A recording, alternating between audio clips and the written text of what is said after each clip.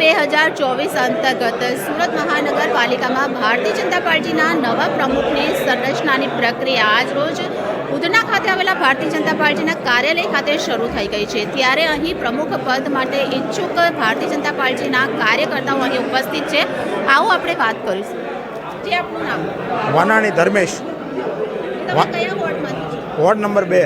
તમે અહીંયા પ્રમુખ પદ માટેનું ફોર્મ ભરવા આવ્યા છો? જી હા, મેં ફોર્મ ભરી દીધેલું છે। શું કહેશો તમે એના વિશે? આપણા આદરણીય વડાપ્રધાન શ્રી નરેન્દ્ર સાહેબ મોદીએ થોડાક મહિના પહેલાં આહવાન કરેલું કે ભારત દેશના રાજકારણમાં, સક્રિય રાજકારણમાં યુવાનોને જોડવામાં આવશે। 1 લાખ કરતાં પણ 1 થી 5 લાખ જેટલા યુવાનોને જોડવામાં આવશે। એના ભાગરૂપે ગુજરાતમાં વોર્ડ, મંડળ અને ગ્રામ્ય સ્તરના પ્રમુખની નિમણૂક માટે 40 થી 45 વર્ષની વય મર્યાદાના યુવાનોને તક આપવામાં આવી રહી છે। પાર્ટીની શું જવાબદારી તમે અત્યારે હું વોર્ડ 2માં ઉપપ્રમુખ છું।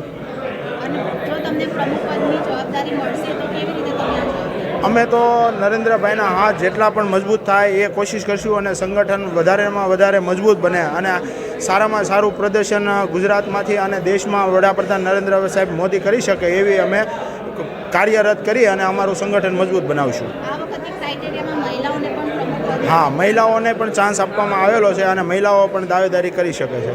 તો શું કહેશો તમે મહિલાઓ? એ આપણા સક્રિય રાજકારણમાં ઓલરેડી કોર્પોરેશનમાં 50%ની ભાગીદારી મહિલાની છે, તો મહિલાને ખરેખર ચાન્સ આ વખતે આપવામાં આવેલો છે વોર્ડ પ્રમુખમાં। અને ભૂતકાળમાં પણ ઘણા શહેરોમાં મહિલા અધ્યક્ષ રહી ગયેલા છે, એટલે આ વખતે મહિલા વોર્ડ પ્રમુખ આવશે, મંડળ પ્રમુખથી માંડીને ઘણા પણ આપણા પદાધિકારીઓ આવશે એમાં।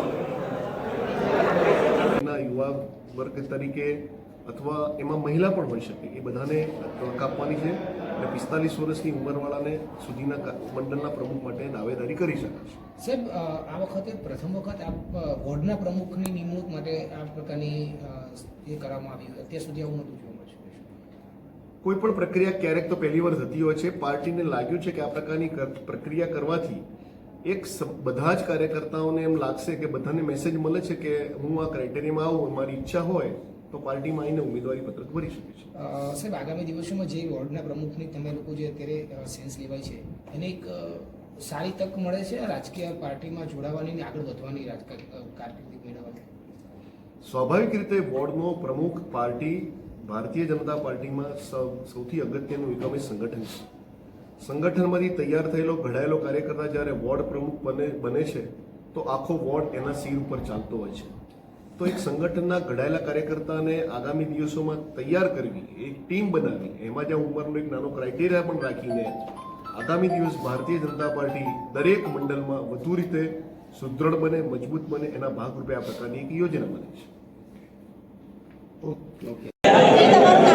મારું નામ ગૌરવ ઇટાલિયા છે। તમે ભારતીય જનતા પાર્ટીમાં પ્રમુખ પદ માટે આજે ઉમેદવારી કરવા આવ્યા છો, શું કહેશો એના વિશે? હા, આજે હું ભારતીય જનતા પાર્ટીના વોર્ડ નંબર 2ના પ્રમુખ પદે ઉમેદવારી કરવા આવ્યો છું। હાલ હું વોર્ડ નંબર 2માં મહામંત્રીની જવાબદારી છે।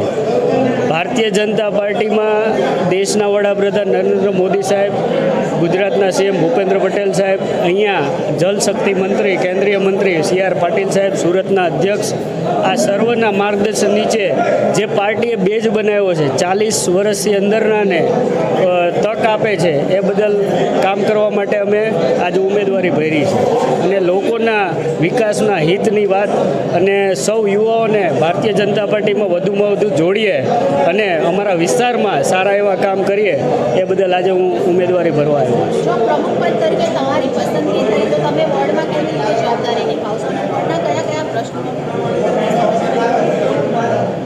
મારી પ્રમુખ પદ તરીકે નિમણૂક થાય તો પહેલાં તો મારા વોર્ડના, મારા વિસ્તારના સૌ ભારતીય જનતા પાર્ટીના વડીલ આગેવાનો, પૂર્વ હોદ્દેદારો સૌને સાથે લઈ સૌનું માર્ગદર્શન કરી અમારા વિસ્તારના જે કોઈ પ્રશ્ન હશે નાના મોટા એમને હલ કરવાની અમે સંપૂર્ણ જવાબદારી લઈએ છીએ। આ વખતના ક્રાઇટેરિયામાં મહિલાઓને પણ ચાન્સ આપવામાં આવ્યો છે વોર્ડ પ્રમુખની જવાબદારીમાં, શું કહેશો?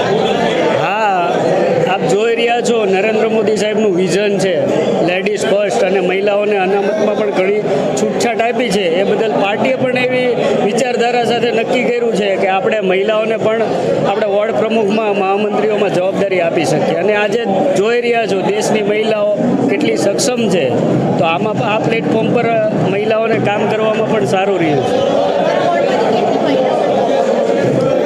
અમારી વોર્ડમાંથી એક મહિલાઓએ ફોર્મ ભર્યું છે. હજી તો ફોર્મ ભરવાની પ્રક્રિયા ચાલુ